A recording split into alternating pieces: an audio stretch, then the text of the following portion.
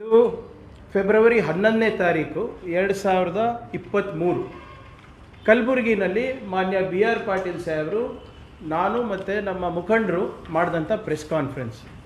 ಭಾಳ ಸ್ಪಷ್ಟವಾಗಿ ಇಲ್ಲಿ ಬಿ ಆರ್ ಪಾಟೀಲ್ ಸಾಹೇಬರು ಹೇಳ್ತಾ ಇದ್ದಾರೆ, 6670 ಫೇಕ್ ಅಪ್ಲಿಕೇಶನ್ಸು ಆನ್ಲೈನು ಡಿಲೀಷನಿಗೆ ರಿಕ್ವೆಸ್ಟ್ ಬಂದಿದೆ ಅಂದ್ಬಿಟ್ಟು. This is in February 11, 2023. ಅದಾದ ನಂತರ ಫೆಬ್ರವರಿ 20th ಇದು ನನ್ನ ಲೆಟರ್ ಹೆಡ್, ನಿಮಗೂ ಎಲ್ಲ ಕಳಿಸ್ಕೊಡ್ತೀವಿ. In my capacity as chairman of communications of Karnataka Pradesh Congress committee, ನಾವು ಚೀಫ್ ಎಲೆಕ್ಷನ್ ಕಮಿಷನ್ ನ್ಯೂ ಡೆಲ್ಲಿಗೆ ಬರೆದಿರುವಂಥ ಪತ್ರ, ಕಂಪ್ಲೇಂಟ್ ಕಾಪಿ, ಇದರಲ್ಲಿ ಸಿಗ್ನೇಟ್ರೀಸ್ ಇರೋದು ಮಾನ್ಯ ಬಿ ಆರ್ ಪಾಟೀಲ್ ಸಾಹೇಬರು, ನಾನು ಮತ್ತು ರಮೇಶ್ ಬಾಬು ಅವರು. ಇಲ್ಲಿ we have ಅಲೆಜ್ಡ್ how systematically, unwittingly people are being deleted from the voter list. ಭಾಳ ಸ್ಪಷ್ಟವಾಗಿ ನಾವು ಇದು 2023ರಲ್ಲಿ ಹೇಳ್ತಾರೆ. ಇದು ಎಫ್ ಐ ಆರ್ ಕಾಪಿ. ಯಾರ್ದು ಎಫ್ ಐ ಆರ್ ಕಾಪಿ ಇದು? ಇದು ಅವಾಗಿನ A C, Kalaburagi A C Mamata ಅನ್ನೋರು ಎಫ್ ಐ ಆರ್ ಫೈಲ್ ಮಾಡ್ತಾರೆ. ಎಫ್ ಐ ಆರ್ ಹೇಗೆ ಫೈಲ್ ಮಾಡ್ತಾರೆ ಅಂದರೆ, ಎಸ್ ರಿಟರ್ನಿಂಗ್ ಆಫೀಸರ್, ಅವಾಗ ನಾವು ಇಲ್ಲಿ ಚುನಾವಣೆ ಆಯೋಗಕ್ಕೆ ಕಂಪ್ಲೇಂಟ್ ಕೊಟ್ಟಾದಮೇಲೆ, ಲೋಕಲಲ್ಲಿ ಪಾಟೀಲ್ ಸಾಹೇಬರು ಒತ್ತಡ ತಂದಮೇಲೆ ನಾವು ಧರಣಿ ಕೊಡ್ತೀವಿ ಅಂತ ಅವರಿಗೆ ನಾವು ಒತ್ತಾಯ ಮಾಡಿದಾಗ, ಆವಾಗ ಅಂದಿನ returning officer A C Kalaburgi ಅವರು ಒಂದು ಎಫ್ ಐ ಆರ್ ದಾಖಲಿಸಿ ಮಾಡ್ತಾರೆ.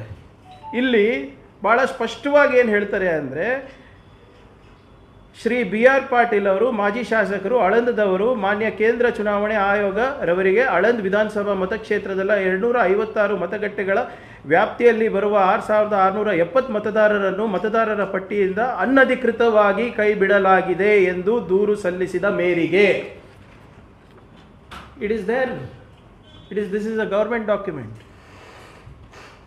ಎಫ್ ಐ ಆರ್ನಲ್ಲಿ ಕೊಟ್ಟಿದ್ದಾರೆ. ಬಿ ಆರ್ ಪಾಟೀಲ್ ಸಾಹೇಬ್ರ ದೂರಿನ ಆಧಾರದ ಮೇಲೆ ಆಗಿರೋದು. ಮೇಲ್ನೋಟಕ್ಕೆ ಹೇಳ್ತೀನಿ ಸರ್, ಮೇಲ್ನೋಟಕ್ಕೆ ಇದ್ರೆ ಎಫ್ ಐ ಆರ್ನಲ್ಲಿ ಏನು ಹೇಳ್ತಾರೆ, this is on 21/2/2023. I will say, ಎಲ್ಲ ದಾಖಲೆಗಳು ನಿಮಗೆ ತಲುಪಿಸ್ತೀವಿ ನಾವು. ಇಲ್ಲಿ ರಿಟರ್ನಿಂಗ್ ಆಫೀಸರ್ ಏನು ಹೇಳ್ತಾರೆ ಅಂದರೆ, ದೂರು ನೀಡಾದಮೇಲೆ ನಾವು ಒಂದು ಪ್ರಾಥಮಿಕ ತನಿಖೆ ಮಾಡಿದಾಗ ಮಾನ್ಯ ಬಿ ಆರ್ ಪಾಟೀಲ್ ಅವರು ಹೇಳಿದ್ದು ನಿಜ. Out of 6118 that were investigated randomly, only 24 were found to be genuine cases. 5994 votes ಏನಿದೆ ಅದು ಯಾರು ಕೂಡ ಅಪ್ಲೈ ಮಾಡಿಲ್ಲ, ಅವ್ರ ಹೆಸರಲ್ಲಿ ಬೇರೆಯವರ ಅಪ್ಲಿಕೇಶನ್ ಹಾಕಿರೋದು ಫೋರ್ಜರಿ ಅಂತ ಬರೆದಿದ್ದಾರೆ ಸರ್. ಅವರು ಭಾಳ ಸ್ಪಷ್ಟವಾಗಿ ಹೇಳ್ತಾರೆ, ಹೇಗಾಯಿತು ಏನಾಯಿತು ಅಂತ ಗೊತ್ತಿಲ್ಲ ಅಂದ್ಬಿಟ್ಟು ನಾವು ಎಫ್ ಐ ಆರ್ ಮಾಡ್ತಾ ಇದ್ದೀವಿ ಅಂತ. ಎಫ್ ಐ ಆರ್ ಆದಮೇಲೆ ತನಿಖೆ ಆಗುತ್ತೆ. I will give everything sir. F I R ಆದಮೇಲೆ ತನಿಖೆ ಆದಾಗ ಭಾಳ ಸ್ಪಷ್ಟವಾಗಿ ತನಿಖಾ ಅಧಿಕಾರಿಗಳು ಏನು ಹೇಳ್ತಾರೆ ಅಂದರೆ, ನಾವೆಲ್ಲರಿಗೂ ಕರೆದು ಮಾತನಾಡಿದ್ದೇವೆ, ಅವರಿಗೂ ಕೂಡ ಗೊತ್ತಿಲ್ಲ ಹೇಗೆ ಅವ್ರದ್ದು ಹೆಸರು ನೋಂದಣಿ ಆಗಿದೆ, ಮತ್ತು ನೋಂದಣಿ ಕೆಲವು ಜನ ಬಿ ಎಲ್ ಒಗಳಿಗೂ ನಾವು ಕೇಳಿದಾಗ ಅವ್ರಿಗೆ ಕೂಡ ಗೊತ್ತಿಲ್ಲ. ನಾವು ಸ್ವಲ್ಪ ಟೆಕ್ನಿಕಲಿ ಇನ್ವೆಸ್ಟಿಗೇಟ್ ಮಾಡಿದಾಗ ಕೆಲವು ಮೊಬೈಲ್ ನಂಬರ್ ಸಿಕ್ಕಿವೆ. ಆ ಮೊಬೈಲ್ ನಂಬರ್ಗಳ ಮೂಲ ಬಿಹಾರು, ಮಧ್ಯಪ್ರದೇಶ, ಉತ್ತರ ಪ್ರದೇಶ, ಗುಜರಾತು ಇತ್ಯಾದಿ. ಅದ್ರ ಬಗ್ಗೆ ನಾವು ಹೆಚ್ಚು ತನಿಖೆ ನಡೆಸಬೇಕಾಗಿದೆ. ಅವರೇನು ಹೇಳ್ತಾರೆ, ನಮಗೆ ಈ ಡಿವೈಸ್ ಐ ಡಿಗಳಿರ್ಬೋದು, ಐ ಪಿ ಅಡ್ರೆಸ್ಗಳಿರ್ಬೋದು, ಡೆಸ್ಟಿನೇಷನ್ ಐ ಪಿಗಳಿರ್ಬೋದು, ಲಾಗಿನ್ಸ್ ಇರ್ಬೋದು, ಒ ಟಿ ಪಿ ಎಲ್ಲಿಂದ ಸೃಷ್ಟಿಯಾಗಿದೆ ಅಂತ ನಮಗೇನಾದರೂ ಕೊಟ್ಟರೆ ನಾವು ತನಿಖೆಯನ್ನು ಮುಂದುವರಿಸ್ಬೋದು ಅಂತ. ನಿನ್ನೆ ಸಿ ಇ ಒ ಅವರೇನು ಹೇಳ್ತಾರೆ, ಚುನಾವಣೆ ಆಯೋಗದವರು, ಇಲ್ಲ ನಾವು ಎಲ್ಲ ಮಾಹಿತಿಯನ್ನು ನಾವು ಕೊಟ್ಬಿಟ್ಟಿದ್ದೀವಿ ಅಂತ. ಹೇಗೆ ಕೊಟ್ಟಿದ್ದಾರೆ ಅಂತ ನನಗೆ ಅರ್ಥ ಆಗ್ತಾಯಿಲ್ಲ. ಯಾವ ಮಾಹಿತಿ ಕೊಟ್ಟಿದ್ದಾರೆ ಅಂತ ಅದನ್ನು ಕ್ಲಾರಿಟಿ ಕೊಟ್ಬಿಡ್ಲಿ ನಮಗೆ. 18 ಪತ್ರಗಳು ಬರೆದಿದ್ದಾರೆ 18 ತಿಂಗಳಲ್ಲಿ. ಒಂದಕ್ಕೂ ಕೂಡ ಕೌಡೆ ಕಾಸು ಕೀಮತ್ ಕೊಟ್ಟಿಲ್ಲ ಇವರು. ಇದು ನೋಡಿ, 1/2/2025 cyber crime division writes to chief election officer ಏನಂತ ಬರೀತಾರೆ ಅಂದರೆ to direct the concerned subject to direct the concern to provide relevant information for purpose of investigation. ಏನು ಕೇಳ್ತಾರೆ ಇದರಲ್ಲಿ? During the course of investigation the IP logs are provided. On pursual of the destination IP and destination the port are missing. Therefore, it is requested to direct the concerned to provide the same, also provide the information document related to below mentioned queries. Queries ಏನಿದೆ? 5 ಕ್ವೇರಿಗಳು ಕೇಳಿದ್ದಾರೆ. ಒಂದನೇದು, weather OTP multi-factor authentication facility is adopted by NVSP and VHA apps platform. 2, whether OTP authentication facility is extended to upload applications, if so provide details.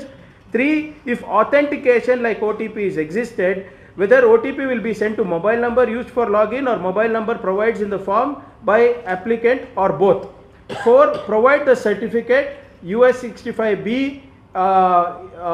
PF Indian Evidence Act 1872 by the person holding lawful control user from where the logs were created during the activities and generated to produce before LEA. Further, the Honorable Supreme Court held that 65B certificate is mandatory for admissibility of electronic device in the secondary form as evidence. In the judgment, Arjun Pandit Rao Kotar versus Kailash Kushan Rao on July 14, 2020. Number 5, direct the concerned to arrange a presentation with respect to the allegation made and step-by-step usage of NVSP, VHA and Garuda apps from voter/public perspective to the investigation teams. Hence, it is requested to direct concerned to provide the details for purpose of investigation.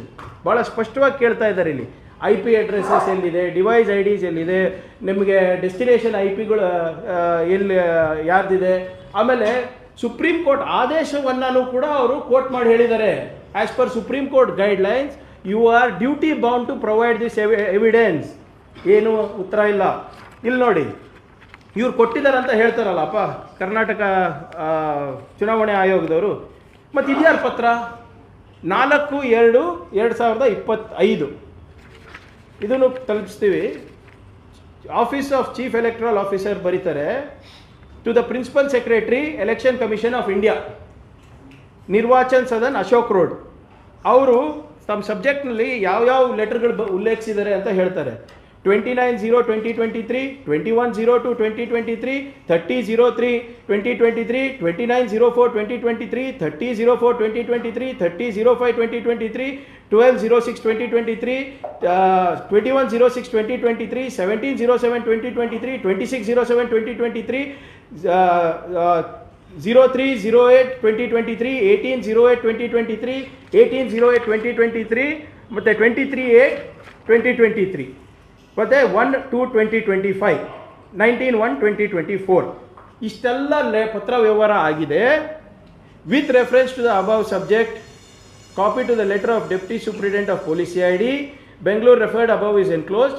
The investigating officer has requested to provide certain information related to case bearing crime number 2623 registered in Aland Police Station related to submission of online application for deletion of names in Aland Assembly constituency.